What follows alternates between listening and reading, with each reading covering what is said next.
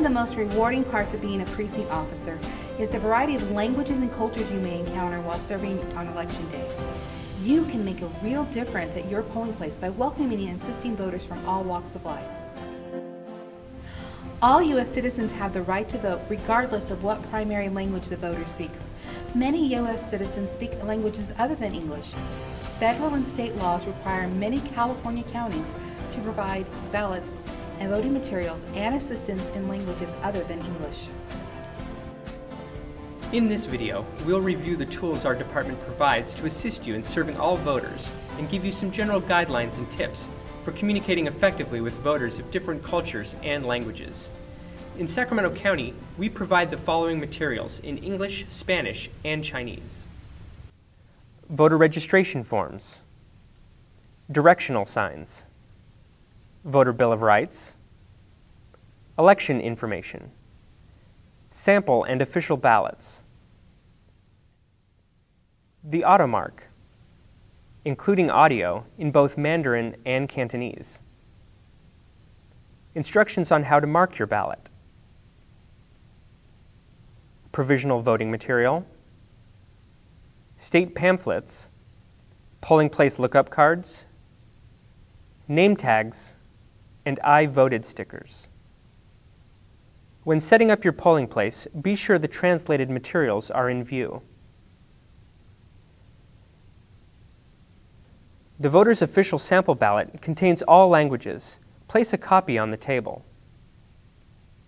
If you are a bilingual precinct officer, remember to wear your name tag so you are easy to find. Words like auxiliary bin and electioneering rarely come up in everyday conversation, so use the Spanish and Chinese glossaries to help explain election terms as needed.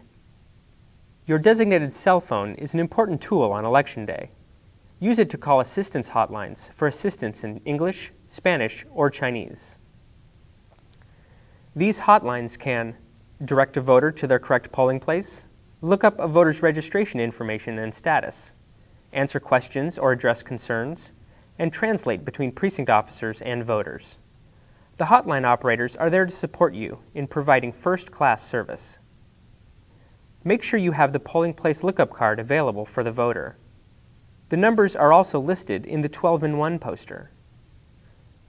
Voters who speak limited English may bring up to 2 people to assist them. Make sure you make eye contact with and speak directly to the voter, then pause to allow translation.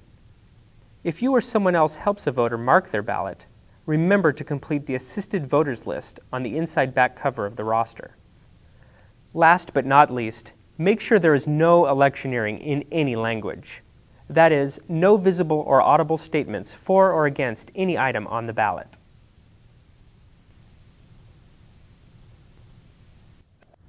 Now, let's talk about soft skills, behaviors and attitudes.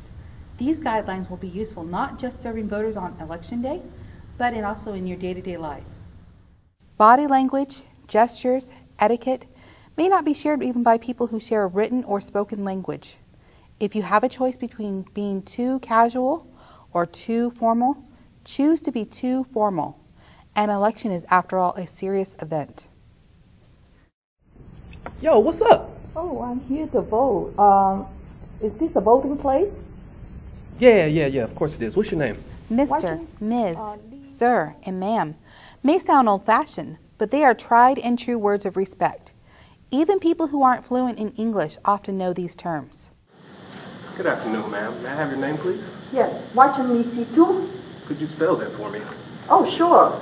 Waichennlyseto. Could you put that on this paper for me, please? Yeah, sure. Don't pretend to understand a voter if you don't. It's okay to politely ask a voter to write their name down so you can find it in the roster, or to repeat their question, so long as you do it with patience and respect. Thank you. To best meet the needs of voters, precinct officers need to use these 3 tools: wait, recognize, listen. Wait. Slow down the instinctive reaction to launch into a quick response. Wait first to process the question and then formulate a reasoned, respectful response. Recognize. You can make Election Day a positive experience by recognizing other people's feelings and anticipating their needs. Be sensitive. accommodating, and courteous in assisting voters. What feels right to you may feel wrong to them. For example, if someone doesn't smile or avoids eye contact, it may be their way of showing respect for the election and for you as a precinct officer. When gesturing, use your whole hand. Using just a finger is insulting or even obscene in some cultures. Listen. Listen before speaking in order to understand exactly what the voter is feeling, seeing, needing, and trying to communicate. Remember to put automatic assumptions aside in order not to stereotype. Give people their personal space. A pat on the back or touching someone's arm may convey friendliness and a willingness to help to you. To many people, however, a stranger making physical contact may be uncomfortable rather than reassuring.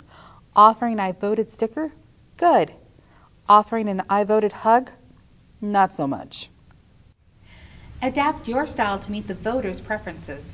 If you feel there is any culturally insensitive behavior at your polling place, report it to the election office immediately.